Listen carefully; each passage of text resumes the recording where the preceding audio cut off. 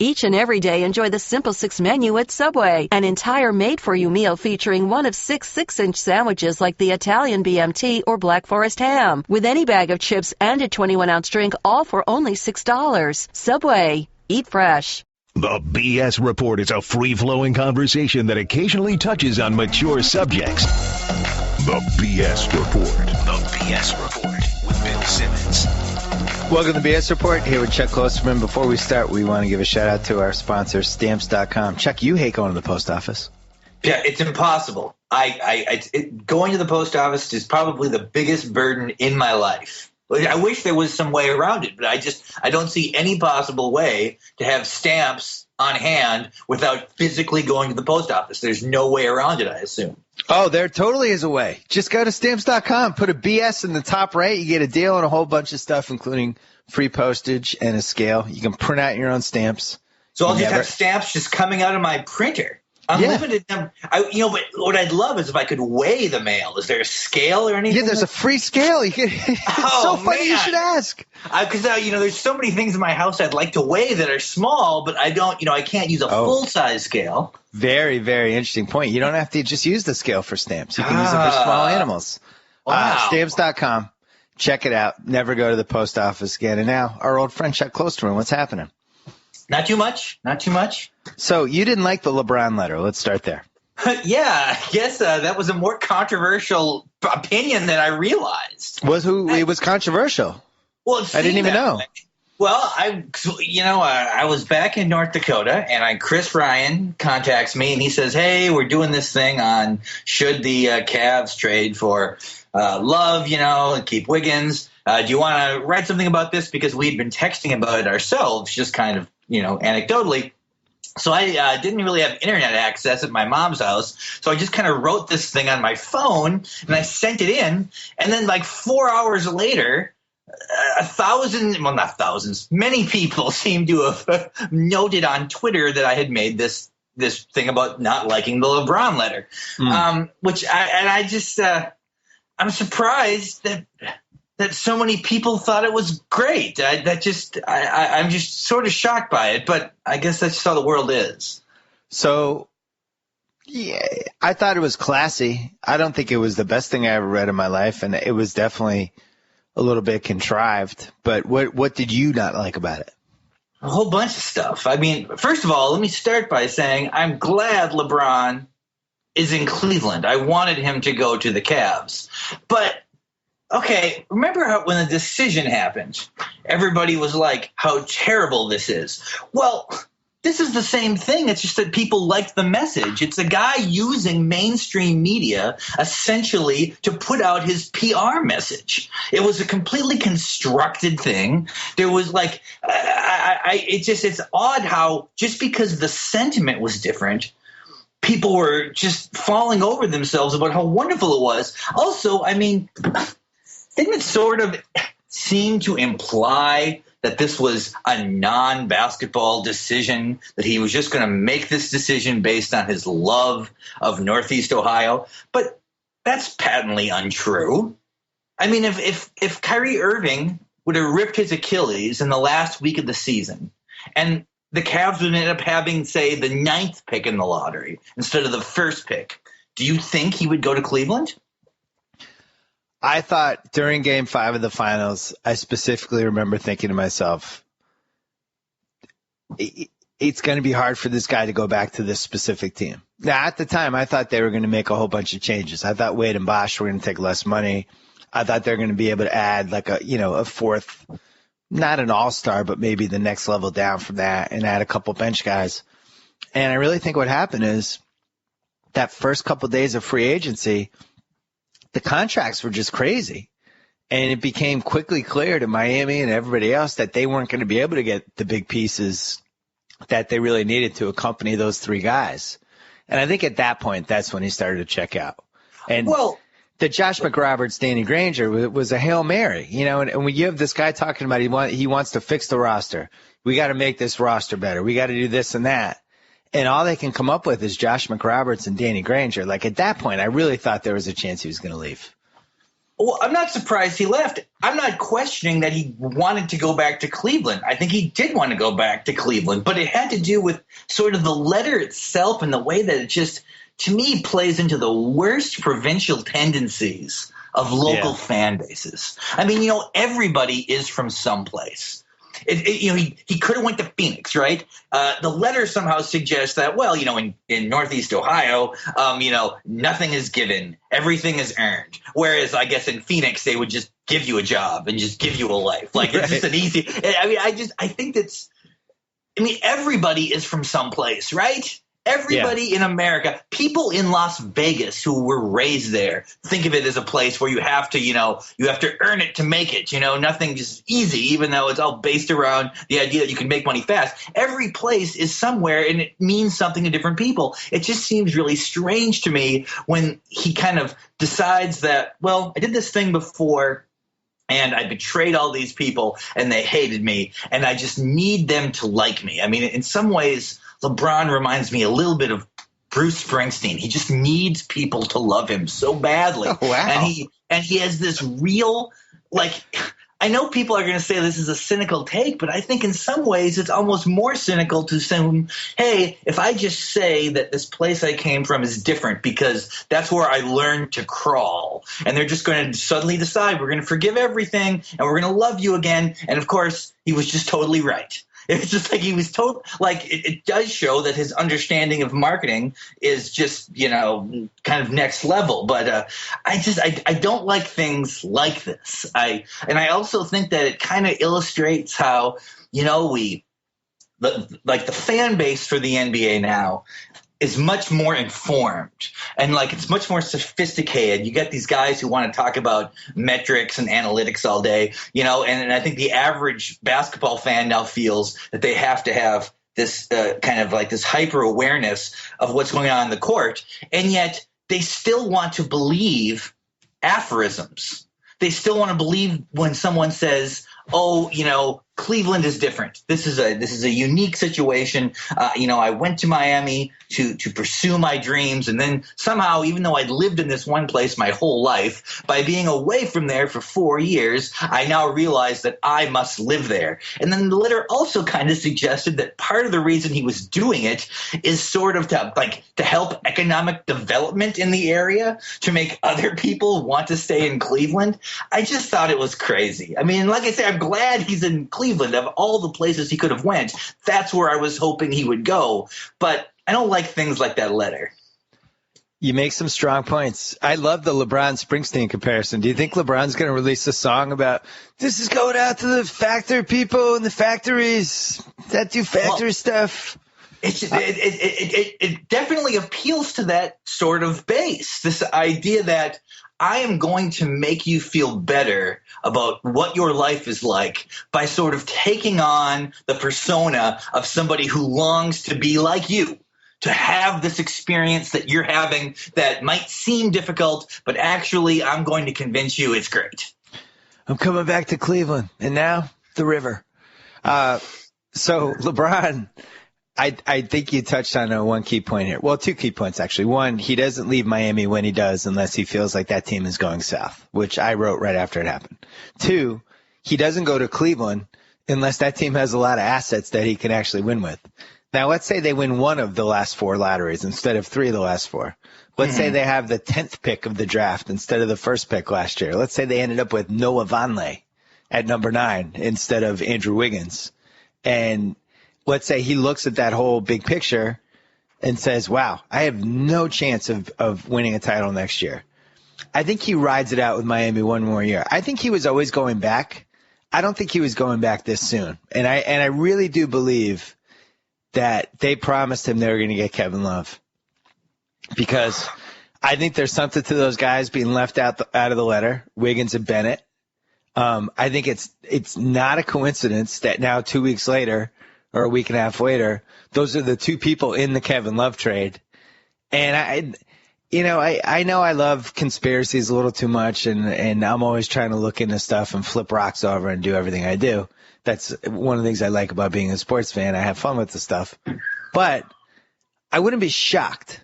Repeat, I would not be shocked if they had already agreed on this Kevin Love deal and they agreed to wait 2 weeks and then do the deal 2 weeks after LeBron signed, just so it didn't look like he was signing there, and one of the conditions was they had to get Kevin Love. I predict that Kevin Love ends up in Cleveland and Wiggins and Bennett will be in the trade. And I don't totally think it's a coincidence that they weren't in the letter. What do you think of that? That's very possible. I mean, I guess if I had to put money down, I agree. I do think Love is going to end up there. I see today there was a report that like the Bulls are sort of now in the running for Kevin Love. But what the Bulls are offering is not a fraction. I mean, what the Cavs are putting up there is pretty good. I mean, by the end of last year, Bennett was starting to look okay. Yeah, before he got hurt, I think he has a chance. You know, I don't think he's going to be a multi-all-star, but I think he's going to be an above-average NBA player. He's still only 21, I think. Exactly. You know, and you know, Wiggins is tough. And both those guys are Canadian too, aren't they? Right. Yeah, it's kind of an interesting combination. I'm not saying they're going to become buddies just because they're both from Canada, but I just kind of think that's an interesting detail. They know each other. Yeah, they do know. They're going to play on the Canadian national team together. Yeah. Your favorite team, the team you're rooting for in the Olympics. You're all in on the Canadian national team. I do think, though, I really do think LeBron is a genius to some extent, and I just think he would look at the big landscape of playing with Kyrie Irving and Wiggins together, and his little, you know, sophisticated basketball computer brain would just think about the spacing and how much trouble he'd have offensively against really good defensive teams. I'm not sure you can have both guys. Wouldn't you prefer to see LeBron just do it with the team they have now, though? Let's see how great he is. He's definitely the best player in the league. Yeah. He's certainly the best player since Jordan. He arguably could become I guess the second best player of all time. I want to see him do it with these guys. I don't want him to keep shuffling things around to make sure he's on TV in June. I just want him to do it, you know? And I like the idea of it kind of being a one-man team where he does everything, where he scores 32 and he leads them in assists and he gets 9 boards a night and he shuts down people and he plays 41 minutes a game. I mean, I want to see this happen. I'm not looking for, like, you know, the long-term trajectory of his career, what would be better, how many minutes he should be playing if he wants to play, you know, into his late 30s or whatever. I just kind of want to see him go out and do it. And I just wish that he would have been like, I'm going back to Cleveland. Let's see what happens. Right. And I don't think they should do any trade until January. I think they should see how good Wiggins is with them. I think it'd be crazy to trade him now. And I think that Love deal is going to be sitting there. No, that Minnesota is not going to trade Love if they know they can get Bennett Wiggins. Now the risk would be if Wiggins came out and was a disaster and he shot 29% for the first 3 months or something, and then this whole storyline came out, can Wiggins shoot or not? But the thing that I'm excited for, and I wanted this Cleveland thing to happen for a lot of reasons. I wanted LeBron to be on a really fun young team where he could play a whole bunch of different positions and kind of do his thing. I thought the shame of what happened last year in Miami, and then to a lesser extent the year before, although that team was really good, they just didn't run. And you had LeBron, who had to have the ball all the time because, you know, as Wade kind of moved into a different phase of his career, and LeBron, you saw it in those last 2 rounds. Like, LeBron had to handle the ball all the time. And you don't get to see him on the wing. You don't get to see him post up as much. He has all these different parts of his game, and he wasn't getting to use all of them. So I'm excited to see him on Cleveland, especially if they're running, because you forget this, but he is the most devastating guy in a fast break. He's the best. He's the guy you want on the wing. He seems like he's the fastest guy in the league. I mean, like, if you actually lined up all the dudes in the league and had them run, I don't know who's faster. I guess this Dante Exum is supposed to be extremely fast. Is that? I was talking to my friend Hershey about this, about who is the fastest ever, just in person watching somebody go from, let's say, the top of the key all the way to the other basket. Mm-hmm. LeBron's in the top 3 or 4 ever. You know, the guy who was underrated in this discussion was David Robinson. Robinson was like a gazelle. I mean, it was just, and the thing is, and especially earlier LeBron, he could go, I swear to God this is true, he could go from midcourt to the rim in like 3 steps. And you would think, like, what just happened? Like, how did somebody do that? And that he was just on that level, and there's only been a couple guys like that. And, well, in basketball, it's kind kind of hard to gauge because the floor is only 94 feet. 94 feet, and these guys are long striders. So it just always felt to me that whenever I saw LeBron take off, he looked more like a wide receiver than a basketball player compared to the other guys. Right. Who was just flipping for a second? We always have this discussion when the World Cup comes around, and now soccer fans are America's sophisticated enough about soccer that we don't usually think this way anymore. But it's still fun to think about. What basketball player do you wish had played soccer from age 4 on right now? Allen Iverson. No, playing in the league right now, because Allen Iverson was the last answer. That was the last answer. Allen Iverson was like the 2006 answer. Okay, LeBron was right. the 2010 answer. So who's the 2014 answer? Well. Let me think. You get him at 4 years old, and you're putting him in one of those like LA Galaxy junior programs, and all he's doing is he's a soccer machine from that point. And we're not picking a goalie. A lot of these guys could be awesome goalies, I think. We're talking about a player who'd be on the pitch. As Sean Marion was the 2006 goalie choice. Oh, my God, the Matrix in goal. The 2006 Sean Marion would have been unbelievable. But, no, we're not picking a goalie. Yeah, well, okay. Give me your answer as I'm thinking here. I'm trying to come up. My answer, I really feel good about this one. I feel like he's the runaway pick, and if we took a poll of America, I feel like this guy would win. Oh, wait a second. Rondo. Oh, Rondo's interesting. Like Rondo is like a midfielder? Yeah, well, because he's got, he's got the long limbs, and he's really kind of deft, and he's really smart, and I feel like he would have a good sense of the flow of the game. Mine is Russell Westbrook. I think Russell Westbrook would be, because A, incredible athlete, like really one of the 4 or 5 best athletes in the league right now. B, one of the fastest guys in the league. He's in the top 2 or 3. C, super physical. People just bounce off him. He's always finishing. Like he's this force of nature type guy. And then 4, on top of everything else, he doesn't get tired. I think the legacy of Russell Westbrook these last couple years is just, the guy is a machine. Him and LeBron are the 2 people, and LeBron gets cramps sometimes, so he's human. Westbrook, he'll be in the overtime of some playoff game, and he's still flying around like a maniac, and you're like, how is this guy doing this? Yeah, he's like a good answer, I guess. He might be the best tailback, too. I mean, there's probably a lot of any kind of outdoor sport we're talking about. He may be a great rover for softball. If there was a fast-pitch softball league. Center fielder? Yeah. You're right. There's probably any sport he played from age 4 on, he would have been awesome at. I feel like he has every single trait I'd want from an awesome athlete.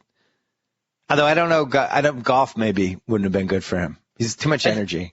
Yeah, it's hard to gauge when you take a sport like basketball, who would be the best golfer. You end up, for some reason, unconsciously picking white guys? Oh, like a white jump shooter. I know that's like a real sort of unconsciously racist move.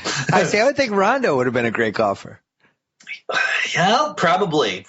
Although sometimes he kind of gets in mental funks, though. And such a mental game, You need somebody who's not going to get distracted or or get down on himself, Like Kobe?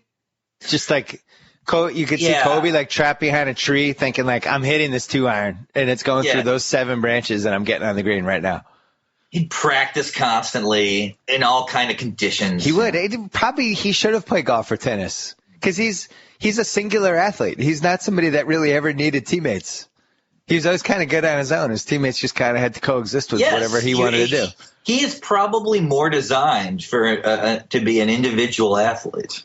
I've written about this before. I feel like it was almost a mistake. He should have been in an individual sport. He should have been like a baseball pitcher. Something where he controlled his environment and he didn't have to rely on people like Smush Parker. I'd maybe feel that way if he was 6'2". But I mean, when you're 6'6" to begin with, it's why not pursue that? Could he have been a quarterback? Yeah, probably would have been too demanding. I think he would have yelled at everybody too much. Yeah, sometimes that works. How much further do I have to go to get emails from Laker fans saying that I use this podcast as an opportunity to rip on Kobe as usual? Who, by the way, I think is the 8th best player of all time. Before you bring that up to me. Yeah, well, it seems like you were just complimenting him here. What was the? Yeah, I think his will to win is up there with just about anyone I've ever seen. And it is amazing now that it looks like that his desire to win and like his tenacity and competitiveness is going to be the main thing people remember about him, which did not seem possible not too many years ago. That the middle of his life and the middle of his career, we're just going to sort of almost totally not forgive, but just kind of forget. It just doesn't seem to come up anymore. I was looking at this. So Wade's played 11 years. And if you look at Kobe through 11 years, so now we're heading into the 2007-2008 season, which is the year they traded for Gasol and made the finals and all that stuff. Wade is basically the same amount of NBA miles on him that Kobe has during those first 11 years. Wade is now clearly moving to a different phase of his career. Kobe at that point, he was available for a trade. Nobody knew like what his shelf life was going to be. Like the Lakers, I think had just gotten swept in the playoffs. They barely made the playoffs. He was clearly one of those guys that couldn't carry a team by himself to 55 games like somebody like LeBron, 55 wins like somebody like LeBron. But then he had this whole last third of his career from 08 finals, 09 title, 2010 title, 2011 they got knocked out, but he had a good season. Then 2012, the year he blew out his Achilles, that was the year when I think it was like 17 years into his career and he was averaging 29 a game or whatever he was. So these extra 5 years that we kind of weren't totally expecting. And yet with Wade, I think there's a 0% chance that'll happen. My point is Wade's first 11 years versus Kobe's first 11 years are much more even than I think people realize. Just from points, rebounds, titles, all NBAs. Like you go on down the line, it's really even. It was those last 5 years that made Kobe's career what it was. Does that make sense? I agree with you, although, and while I am 100% certain that if we put the statistics up on a computer screen, you would be right. I guess I never felt they were equal. There was no, like from watching them, there was never a point, even when Wade was at his absolute apex and basically carried into that title over Dallas kind of by himself. If someone had said, which of these guys do you want in your team? I think I still would have taken Kobe Bryant. Maybe my reasoning is bad because I'm not sort of using numbers. I'm just sort of using my sense of the game and what I'm watching. But they didn't seem that equal to me. Yeah, but it's interesting. Wade's 2009 season is actually better than any season Kobe's ever had in his career. I'm sure statistically that's true. I but no even like what he did with that team, 30 points a game, 7.5 assists, 5 rebounds, 49% shooting. His PER was 30.4. It's in the 30s. Took this crappy Miami team. I mean, the Miami team was we always talk about, Kobe, he was on those bad teams. That 09 Miami team, when they were already clearing space ahead of time for whoever, here's who was on that team. Chalmers, Udonis Haslem, Michael Beasley, Daquan Cook. They traded Sean Marion for Jermaine O'Neal, I think. Joel Anthony, Chris Quinn, Jamal McGlure, Yakuaba Diarra. I mean, that's an absolute 1 out of 10 for a supporting cast.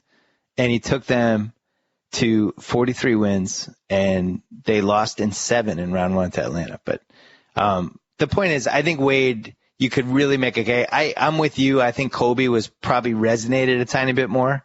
But statistically, they're right there, and yet Wade is going on the downside. What do you expect from Wade these next few years? Well, okay, you'll know this more than I. Is the expectation now he's going to be in Miami? He's signed? Is it all set? I'm not even sure. I've kind of been out of He did something that I can't ever remember happening before. He opted out of 2 years, $41.5 million, and signed a 2-year deal for $34 million. Well, so he is going to be, I guess, probably just maybe a lesser version of the player he has been over the last 5 years, with maybe a slight amplification of his numbers because he will need to shoot more and he will need to score more. So you're 70. I think he's definitely on the other side, right? Yeah, There's no question. I mean, that's I'm not saying anything bombastic by recognizing that he's sort of on the down. You know, if he were to go, if he would have went to a team, a really strong team, where he would have been the third best player, Yeah. I think that he could have paid really big dividends and might have often been the best player in the last 4 minutes of the game, but I guess he's choosing to do otherwise. So you're 78 years old. You're living on some ranch in North Dakota, and your little grandson's sitting on your lap, and he's like, "Papa, what was it like to watch Dwayne Wade?" What do you say? I would probably talk about him at Marquette because I would want my kid to know that college basketball mattered. And I would say he also had an NBA career. I guess if you're interested in that, he made a lot of money. But, when he took it, when he was a senior at Marquette, that was really something. It was really inspiring. I was thrilled to have experienced that, And then I would start telling the kid maybe to look into attending Marquette at some point, How much how much do you care? Go ahead. How much do you care about the Ed O'Bannon lawsuit on a scale of 1 to 10? I'm really mixed on that. I'm really torn on that because, from sort of a detached perspective, like from an ethical perspective, I think that he is absolutely in the right, and I absolutely support him. Although it's one of these things where technology came into play before we had a chance to recognize the implications. So now the idea of a video game using someone's likeness, that's like a real issue because there's a lot of money at stake. But when we kind of came up with this idea about who owns their personality, the idea of being able to make money in this way didn't even exist. I don't really know why would Ed O'Bannon be better off if they just stopped doing this, if they just stopped using his likeness and they said, we don't want to pay these guys. We'll just make up composite athletes. Kids don't care. They'll just play whatever we give them. In a way, I would think that he might want to be part of this culture, but at the same time, I understand why he's pursuing this lawsuit. And if I was the judge in this case, or if I was on a jury, or however it's being, however it's going to come together, I think that I would be prone to side with him. Do you feel like 20 years from now, there's going to be some sort of alternative to college sports? Yeah. Or maybe in a league by league basis? I think that will happen certainly in college football. I think that the major conferences will break off, and then it will be like the SEC and the Big 12 and the Pac-12 and the Big 10 and the ACC probably, and these will be the conferences, and they'll be able to pay guys and give them stipends, and the level of play will be pretty high. All the other colleges will kind of become 1AA, and it will be more fair and it'll be more reasonable, and the product will be worse, and it will be kind of the end of this great thing that I love, that I just will not, that watching college football and watching college basketball will become something that it'll be like watching boxing. Just no one does it. Yeah. We might be headed that way with, I would say college hoops that has a better chance of happening to first. There's more money with football though. And there's just more incentive to do it. Yeah. But I think in basketball, the better players leave earlier anyway. And in football, you're not physically ready for the NFL until you're 20, 21 anyway, unless you're a freak. So you need somewhere to go after high school for 3 years. But, there was a long stretch when it was really rare for an NFL rookie at any position to contribute. Now that's kind of common. I think in 10 years, the age for these guys and their readiness will keep going down. Because look at quarterbacks now. In the past, the idea of starting a rookie quarterback was almost conceding the season. But these kids in Texas play those 7-on-7 drills starting when they're 12 with these super sophisticated passing offenses. By the time that they come out of college, they are more NFL ready than in the past. A lot of NFL quarterbacks were coming into their second season. We were talking about this. We had a football meeting to figure out our plan for the year in Grantland, and somebody brought this up about if you had an awesome 15-year-old. I think this was Mays brought this up. You had an awesome 15-year-old who could really play anywhere in a football field, and that kid said, "I want to play running back." with the way that position has gone in the pros, wouldn't you kind of, if you felt like this guy could actually play in the pros, have a 10-year career, wouldn't you kind of talk him out of playing running back? That would have been inconceivable 30 years ago.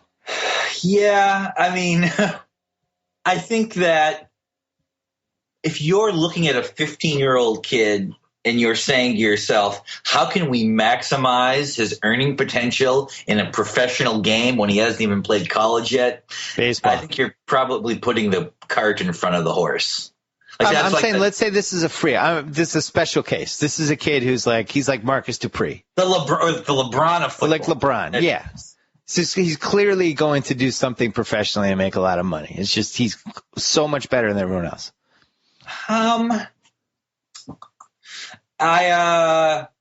Would I try to convince him to play a different position? You could. If he wanted to play running back, I guess I would say play running back, dominate as a running back. It's amazing that running backs have become kind of such an afterthought.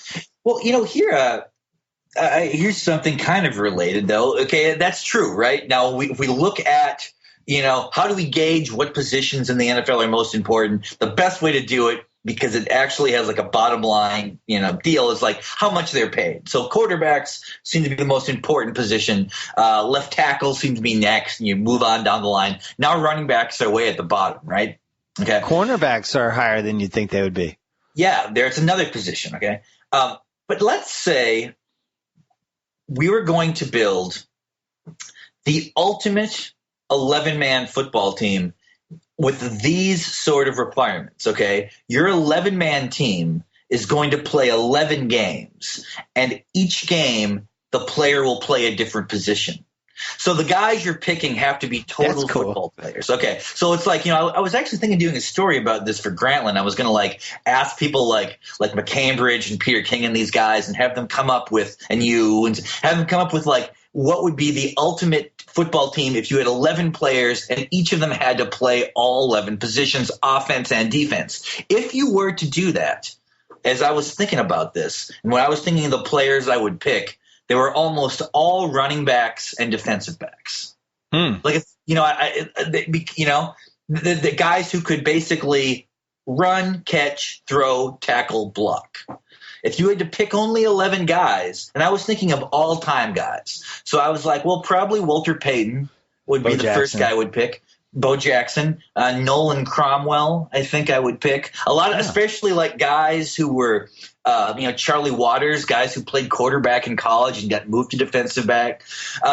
It's interesting to think, though. So in a way, we still kind of concede as total football players. For the most part, the best players are the running backs. That really is the essence of football, being able to run away from someone without them tackling you. But the way football is so organized and structured that their actual practical value is almost nothing now because they're interchangeable.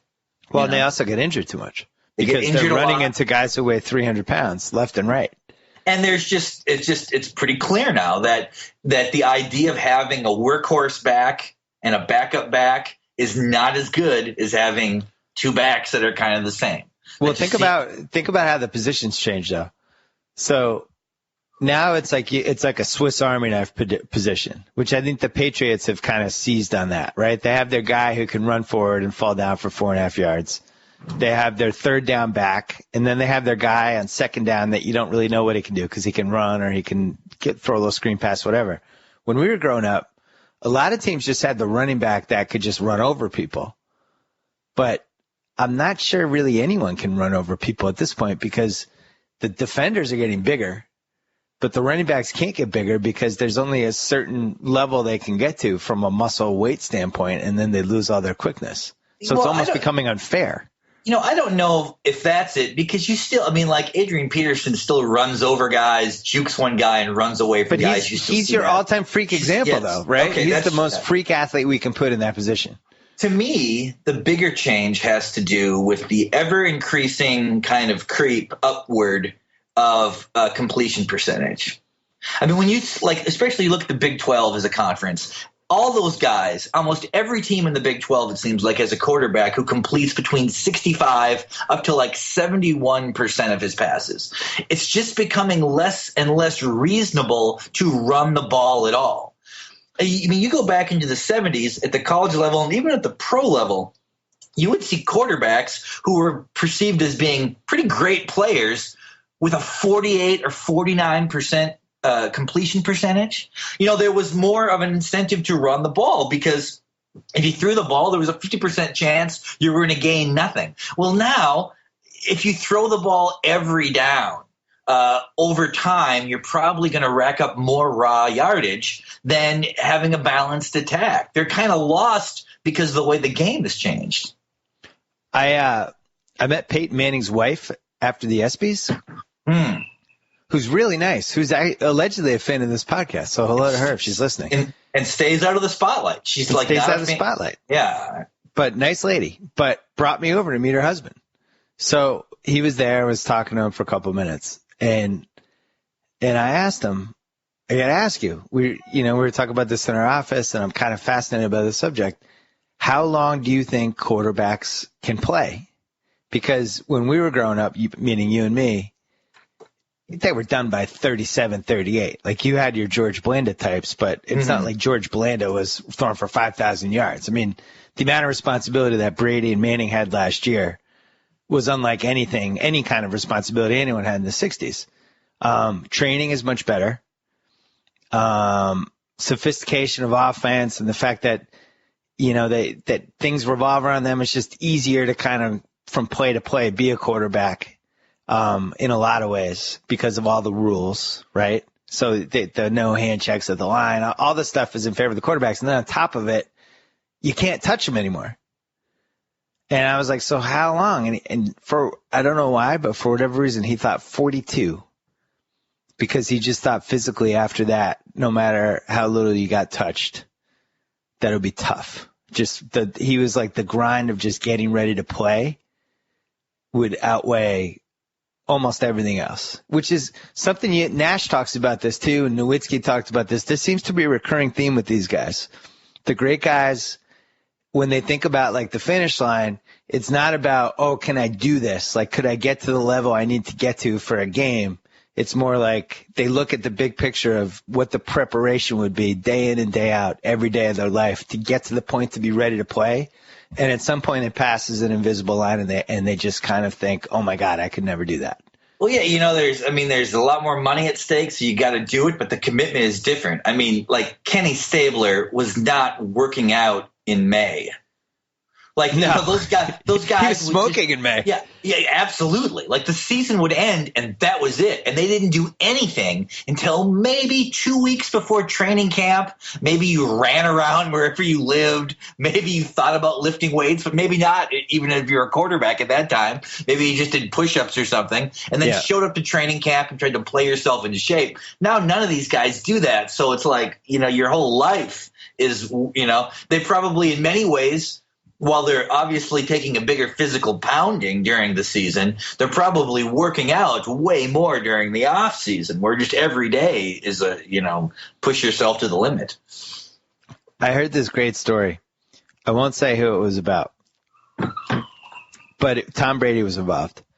This person was on vacation with Tom Brady. And this was recent. This was like in the last 6 months. They are in some tropical location. Tom Brady has to throw. He's got to keep his arm thing. So he brings this guy out. He's like, hey, I want to throw. I need to stay loose. Come out and throw with me. Guy goes out. Brady throws to him for an hour. And the first thing, he caught a couple with his body. And Brady's like, you have to catch everything with your hands. Don't catch. So this is not an athlete. He's just with a guy. Good, a guy in really good shape, but not a professional athlete. And he's like, don't catch with your body. You have to catch with your hands. I will seriously hurt you with the way I throw the ball. So he's like, okay, he gets it. So he's catching them with his hands. Brady's kind of heating up. He's throwing it harder and harder. He's catching everything. He's feeling really good about himself. Played for 50 minutes. After, right near the end, he says, hey, we're going to go one play deep. It's 4th and 8, Super Bowl. We're on the 35-yard line. We're going deep. I'm throwing long. He calls whatever the bomb play is. He's like, just run as fast as you can. I'm going to hit you in stride, right in the goal line. Don't drop it. The guy's like, all right. So Brady does the whole thing. He's like,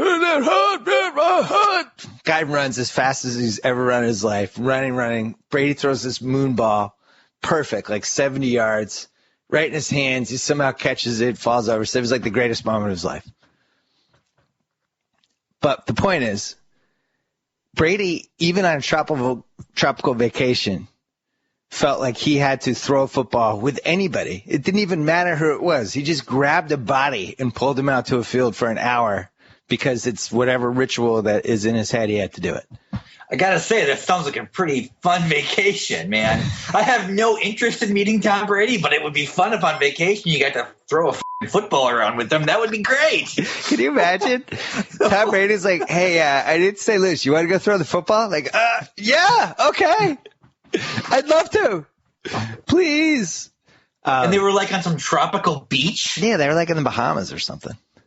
He's Tom Brady. They're probably in, like, who knows, St. Bart's. So now in your kind of secret insular celebrity world, you know people who are vacationing with Tom Brady. You've added this. No, I knew somebody who knew somebody. I was one removed. I was one removed from the story. Yeah. If I was two removed from the story, I wouldn't have believed it. The other part I thought was interesting was he said it was the Super Bowl, 4th and 8, 35-yard line. It made me think like maybe Brady had flashbacks to the 18-0 Giants Super Bowl. Maybe he relives that bomb, the Moss, all the time that he overthrew by like an inch.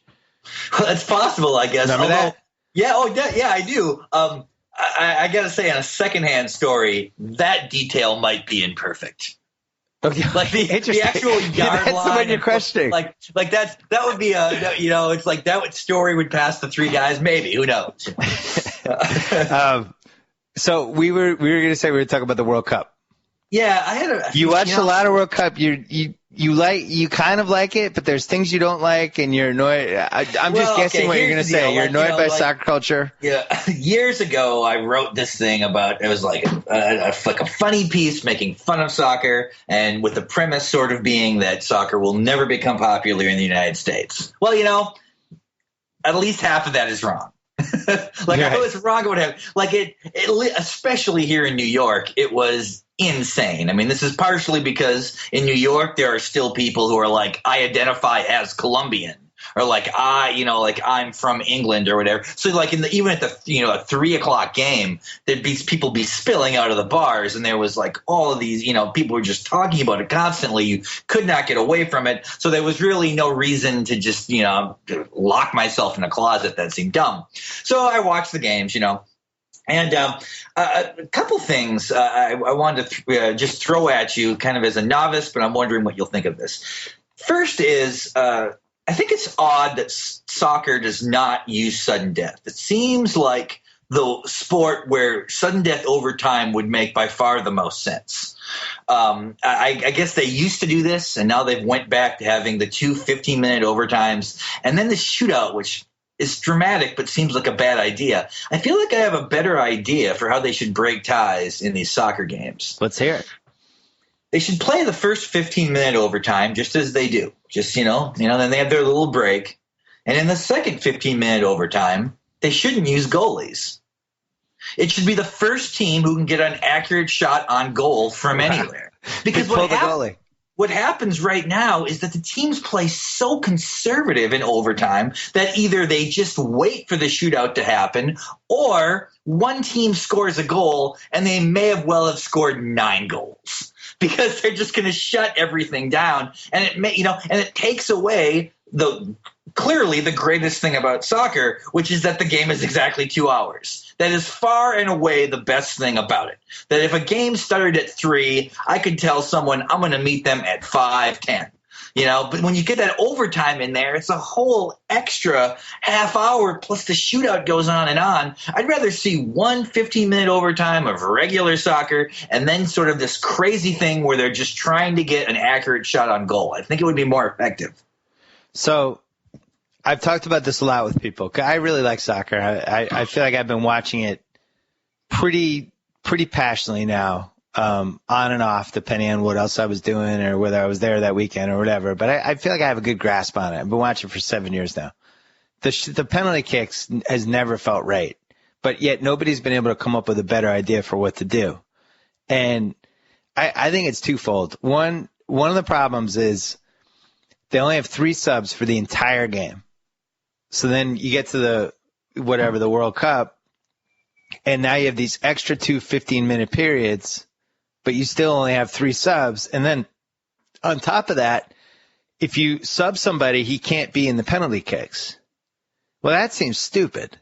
And if you watch these extra time games, the teams just seem like they wore out. And a team like Germany, which was super deep and was able to just put in these guys who actually had energy and could do stuff late in the game.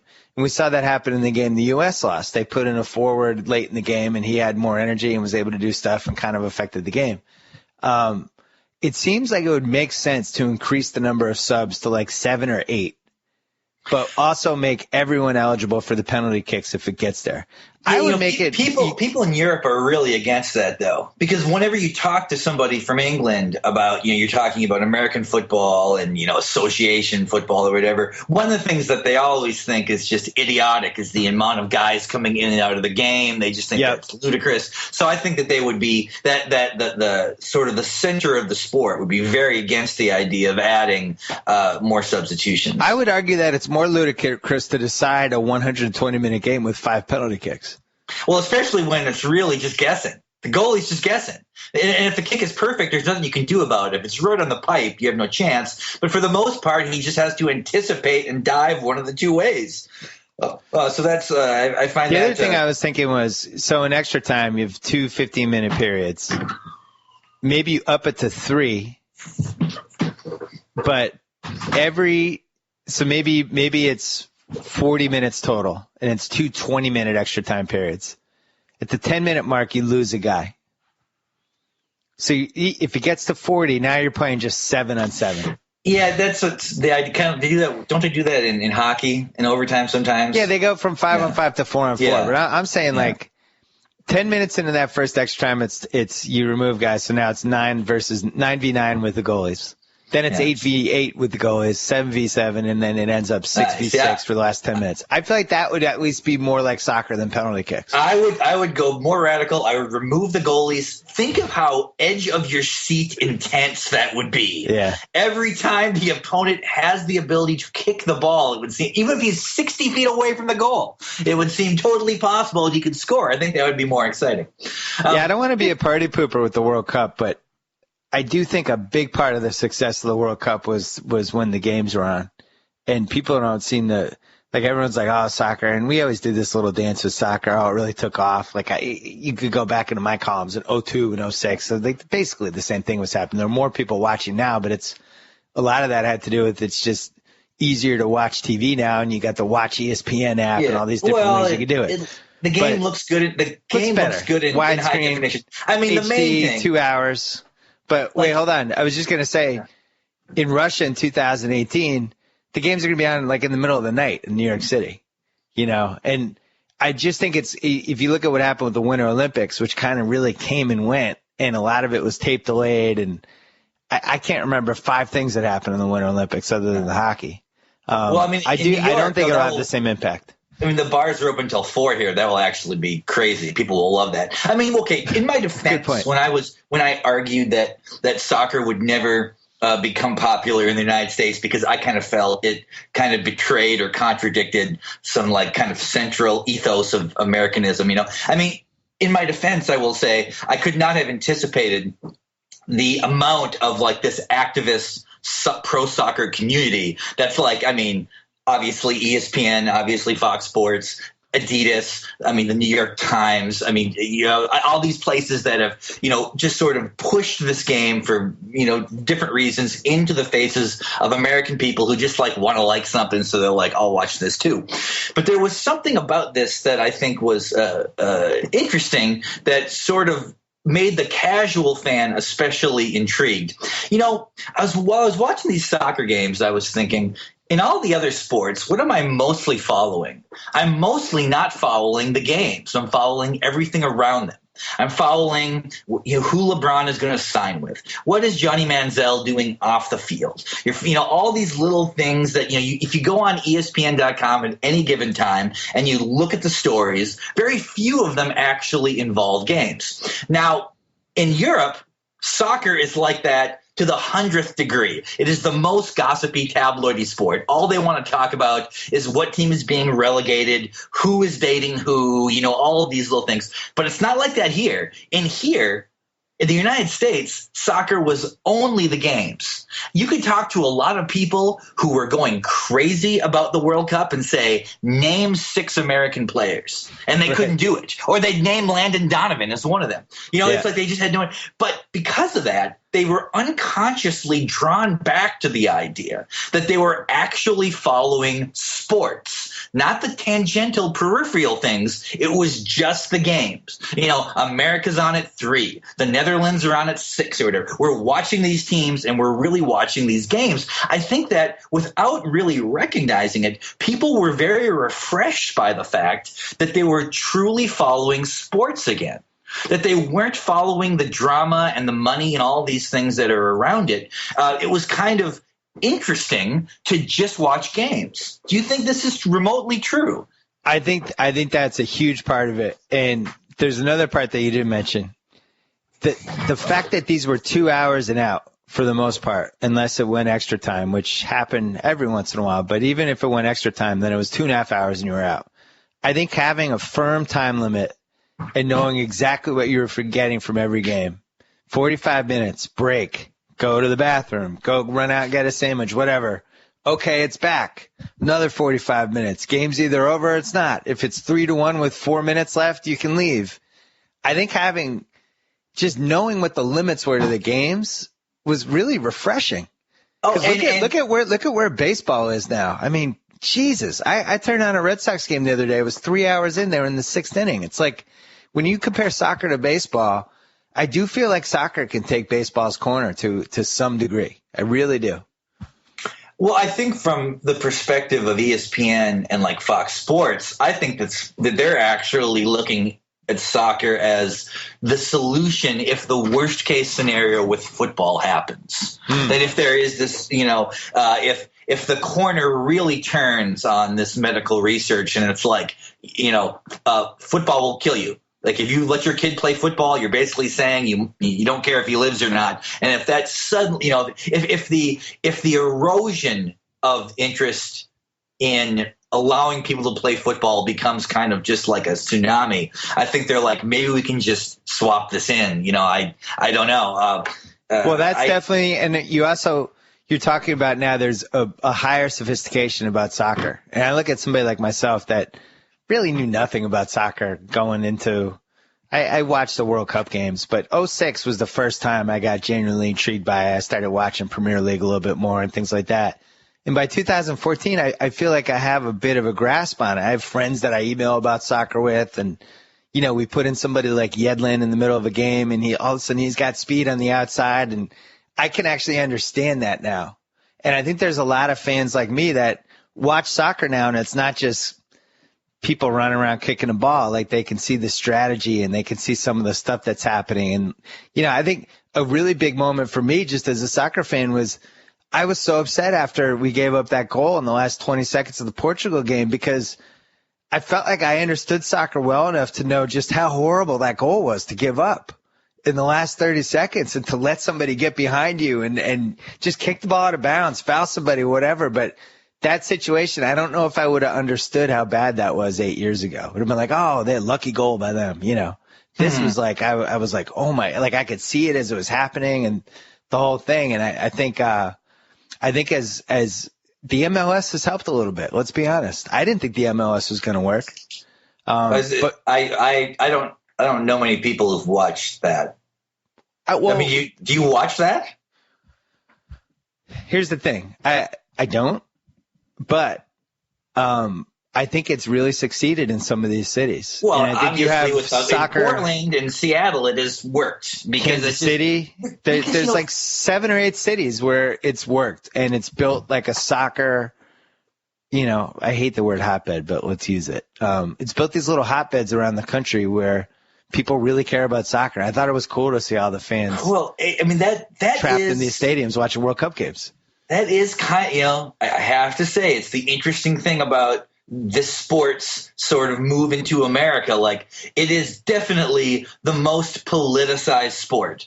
I'm back in North Dakota. My mom is watching the Bill O'Reilly, and he's talking to Dennis Miller. And it's the day, like, I think either before or after the All-Star game. And, like, they decide to kind of have a spontaneous conversation of whether or not baseball, when it's dull, is duller than soccer. Like you see, like, Ann Coulter will feel like she's got to step into this, and then on the other side, the people who love soccer really are like, it has this global meaning. It's almost like if you say you love soccer, you're saying that, like, I'm critical of America and America's unwillingness to accept this. Like, it still has this, it's so, like loving soccer is kind of like loving the metric system. It says something to other people that sort of illustrates that your kind of discomfort with the idea of American exceptionalism. So when you see Portland and Seattle, you see them embrace this game in a way. What I feel like the people there are saying is, like, living in the Pacific Northwest is different. It's not like living, in Nebraska or in Georgia. It's a different place. We love this soccer. We think it's great. We'll cheer the same way we cheer for the Seahawks. Right. Yeah. Well, there's one other part to this. You're going to like this. I think soccer, I don't know how it happened, and we've seen it happen with a couple other things, which I'll bring up after I say this point. Soccer has moved into this point where it's basically unassailable. And I think a big part of this, it's got this Twitter armada behind it. And we've talked about before about performance art on Twitter and people being morally superior and all this stuff, and people kind of pushing their opinions on other people, right? So for whatever reason, the soccer crowd, and I like soccer and I feel like I'm a part of that crowd, they get really angry if anyone goes after soccer. If anyone writes like anybody who wrote a column, and I think Ann Coulter did, Dan Shaughnessy got murdered. He wrote one where it's like, soccer sucks. It's boring. It's a crap sport. What are you people doing? This is the worst sport there is. And people come after those naysayers like it's like a Salem witch hunt. Oh, well, because I think that people who love soccer felt that for many years that they were ridiculed simply for having an interest in it. Well, now they have a voice and they have a way to mobilize, and they go after everybody. So now it's gotten to the point that even if you don't like soccer and you have a public forum, you're going to think twice about talking about it. Yeah, I mean, and there's no question about it that soccer fans have the lowest sense of humor of any sports fan. Like that's. So now you're gonna make them mad. Now you're provoking them. Well, no, it wouldn't matter. The fact that we talked about this at all would be enough. I mean, I guarantee you this is going to happen, because that's just like it's always sort of bizarre when, for whatever reason, the kind of people who really love Twitter also seem to really love something else. Like, for whatever reason, the kind of person who loves Twitter very often loved the band Daft Punk.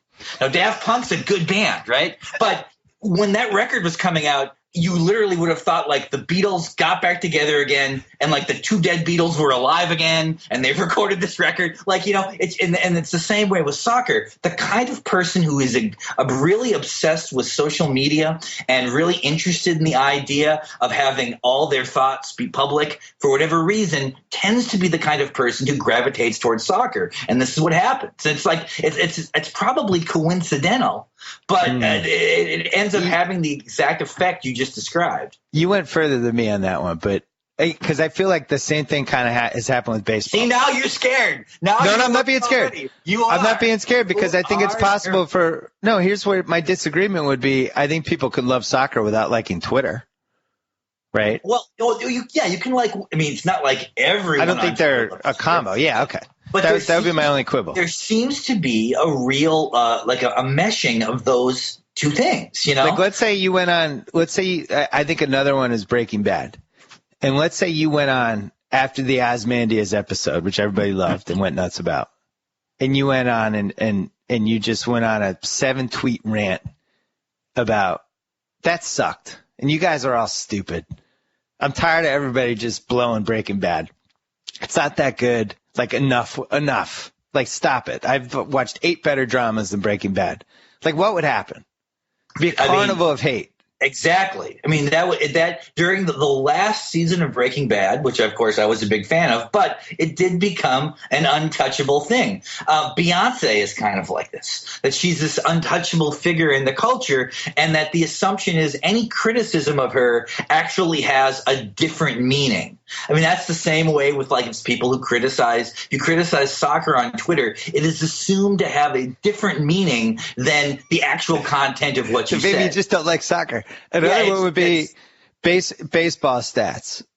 Hey, baseball was more fun before all these advanced stats. Yes. I used to like it the old way when I didn't have to know what somebody's OPS was. Let's say some newspaper columnist wrote that column, and actually people write that column every once in a while. Nobody says, oh, that guy made some interesting points, or that guy made me think. It is just a cavalcade of hate. Well, and it's not even that I hate that this person did this. It's like it's an ideological thing, that this ideology invalidates everything else the person has ever said, because they have this, I don't even know, and I wonder if you'll agree with this or not. Okay. When we were younger, it seemed like people didn't care about stats enough. That, like, I remember I would read the sporting news and I would be really curious about all the numbers, and then I would watch the games and I would listen to people on TV talk, and it seemed like I'd be like, well, why are they saying that, Tony Dorsett is the best back in the league? James Wilder is having a better year. Why does James Wilder never talk? It was like they didn't care about stats at all. And that was how it was for the longest time until one point, and now it's way too far on the other side. Yeah, I think there was never a period where there was sort of a comfortable relationship between, like empirical data and just sort of the emotional, kind of normative experience of watching the game. It went from being all totally gut to all numbers. And it takes, I shouldn't say it takes the fun out of it. I guess for some people it makes it more fun. But I often don't know what the goal of some of that is. Is the ultimate goal to be able to predict what these games will happen, like what will happen in these games before they do, based on previous evidence? I'm not sure it's almost just like trying to be in a position to say, I know this and you don't know this, so therefore this subjective thing is now an objective conversation. Yeah, I would say it's probably that. The thing that frustrates me about numbers is we have so many good ones right now. And I'm amazed by people, how blindly people trust numbers sometimes. And I think, not to pick on Dwayne Wade because we talked about him earlier, but there was this perception that Dwayne Wade had like the best year of his career this year statistically. And this was a theme you saw near the end as they were going to the playoffs. And, he shot 54%. This was perfect. This plan worked. This was a success. And the whole time I'm thinking, we don't know. Like, he only played 54 games. He didn't play any back-to-backs. Anytime his body was banged up in any way, he got to rest until it felt, he actually got the perfect situation any player would ever want. Every game he played, he was 100% or close to it. And part of being a superstar, and part of making $20 million a year and being a franchise player, being one of the best 20 players in the league, is you have to play these games on nights when you're tired, or nights when you're not feeling it, or nights when your knee hurts. And you're going to have 15 to 20 to 25 games a year where you feel like crap. And you're just going to have to make do, and you're going to go out and be a pro and earn your money. And they removed that from Dwayne Wade. And that is a case where the stats don't tell everything. And then you flip it the other way. And I remember I was talking about, I thought Jordan's Game 6 1998 finals was the greatest game anyone's ever played. And I got these people who were emailing me about how the stats weren't that good in the game, and he only went 15 for 34, and, he only had 4 rebounds, or like these little ways to pick it apart. I was like, he beat the Jazz by himself to win the title. He had really no help whatsoever in that game other than Tony Kukoc made a few plays. Like, you got to be kidding me. Like, I don't think stats can just tell everything. Okay, well, one thing I want to go back on the Dwayne Wade only playing 54 games thing. I mean, that's how it worked out for the Heat. That's true. Although, wouldn't you have to concede that the Spurs did a similar thing with almost their whole roster, and it worked perfectly? They did. But they would pull out, Duncan would sit a seemingly meaningful game, the whole game. He wouldn't play at all. They'd sit these guys, and at the end of the year, they were perfectly suited to play, 9 deep or whatever. Right, but we were always onto that and aware of it and talking about it the whole time. Whereas with the Wade thing, people were overlooking the part that he was skipping big chunks of the season, and that was the reason that his stats were pretty good. I think there's a middle ground that we're not quite there on. And also, in general, we look at NBA especially like it's like a fantasy thing. And I think sometimes it's right, sometimes it's wrong, but we look at offensive stats sometimes and think they're going to say everything.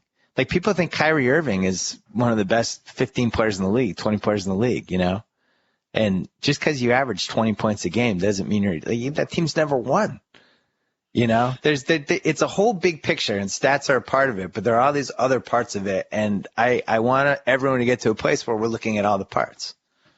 Well, yeah, I mean, if someone's interested in stats, I'm not saying that they shouldn't sort of pursue that. I'm just saying that it seems to kind of distract from what I like about sports generally at times, Right. So this is a separate argument. This is a taste thing. You wish the emphasis was scaled back a little bit. Well, I shouldn't even say I wish it, because I don't have to follow it. I can kind of just watch the games. I could just avoid everything and only watch the games the way I was saying that people watch the World Cup. But yeah. I'm not going to do that. I'm going to be involved. So because I'm involved sort of intellectually and I'm sort of involved with this, I'm going to see things that will make me go like, well, I don't know. Like I will admit, not to try to start an argument, but I wish that there was less conversation about contracts in the NBA. And I know that this is something that you've almost got to an expert level on. And I'll listen to you talking to Zach Lowe, and you'll be like, well, Dwayne Wade would be a bargain at $7 million, but he's kind of a ripoff at $10 million. I'm just that part of the game. I wish that wasn't such a big part of the culture. It's just not interesting to me how much these guys are making, and who's a bargain, and whose expiring contract can be pushed somewhere. It almost seems like if I want to follow business that much, I'll follow the stock market and actually make money doing it. I don't know if I want it to be part of watching basketball. And then and yet, for whatever reason, July has become this hugely important month for the NBA now. I think a lot of it is contracts and signings and possibilities of trades and the rumor mill and a lot of the stuff Brian Curtis wrote about 2 weeks ago. But I've become this own cottage franchise. I've had more conversations about the NBA since the NBA Finals ended. Right. Absolutely. Hilarious. People, the LeBron thing was really really pushed that. But it seemed like, I went to my first gay wedding, not last week, in the weekend before in Minneapolis. A great friend of mine got married, and it was a great ceremony. And I was having tons of conversations at this wedding about LeBron. It seemed like people kept it's like you couldn't get away from it. It was just it seemed to like a person who typically is not that interested in watching a full basketball game is interested in having a full conversation about whether or not someone is going to change teams. One last point about piggybacking what you said earlier about how soccer and it was a little more simple and things like that, where you weren't thinking about contracts, you're just watching the games. People just loved watching the games, the whole thing. It is interesting that the whole statistical revolution wasn't really part of this World Cup at all. It was just kind of like you're watching and somebody either had a goal or they didn't. Tim Howard had a lot of saves. That was it. It wasn't like we were like, his save PER was higher than any PER since Holland's keeper in 1994. The one interesting statistic that they have, though, and I would like to see the NBA add this statistic, is it showed the guys' individual mileage. I love that. Well, the NBA started that last year, and it was – but it's not. It was confusing. It was like the wings had the most mileage because the guys running off screens and stuff. Oh, that's to me, that's where statistics are useful. Right. Like if somebody was actually asking me, who runs the most in a basketball game, I would have guessed point guards. That would have been my guess. As it turns out, that's not the case. That, to me, is a useful statistic. That gives me something that I can't get just from watching the game. I can figure out that LeBron is good and that Durant is good, which seems to be a lot of the statistical analysis I consume, telling me that the things I already know are empirically true. Chuck Klosterman, we're out of time. Thanks for having me on there, William. Anything to promote? Well, my book is out in softcover now. It would be nice if people bought it, but who knows if they will. Promote it. What's the title? I Wear the Black Hat. There you go. And, there's actually an essay about LeBron and Kanye West in this book. Well, I'm really plugging now, though. I guess although I already plugged for the stamp machine, though, so I guess the barn door is open. I will not promote anything for any reason. We started out with a plug, we end with a plug. And one last plug, Rom-Com Week on Grantland. One of the dumbest ideas we've ever had, but their content's actually been really good so far. Check it out. It's going on all week. I'm actually going to write something for Friday as it relates to Rom-Com Week, but we had a lot of good stuff. We put up a big thing today about the almost contenders, the people that should have been rom-com megastars but weren't. I wrote about Jennifer Aniston in the mid-'90s. Anyway, check that out on Grantland. Check out Chuck's paperback on Amazon, and we'll be back with more BS Reports later in the week. Thank you. Target to shut off. Whoa. Thank you for downloading the BS Report with Bill Simmons. Too much fun. Check out more podcasts at the iTunes Music Store or at Podcenter at ESPNradio.com. Peace out. Gotta say, Golick, great call on grabbing Subway for lunch and getting guacamole on our subs. Told you this new guac really amps up the flavor. Yep, something adding up things can be great. Guacamole on your sub, a new co-host to replace you. What was that? Oh, no, nothing. Subway now has deliciously rich new guacamole made from ripe Hass avocados with just a hint of garlic, onion, and jalapeno. Discover how new guacamole turns up the flavor on any of your freshly made favorites. Subway, eat fresh.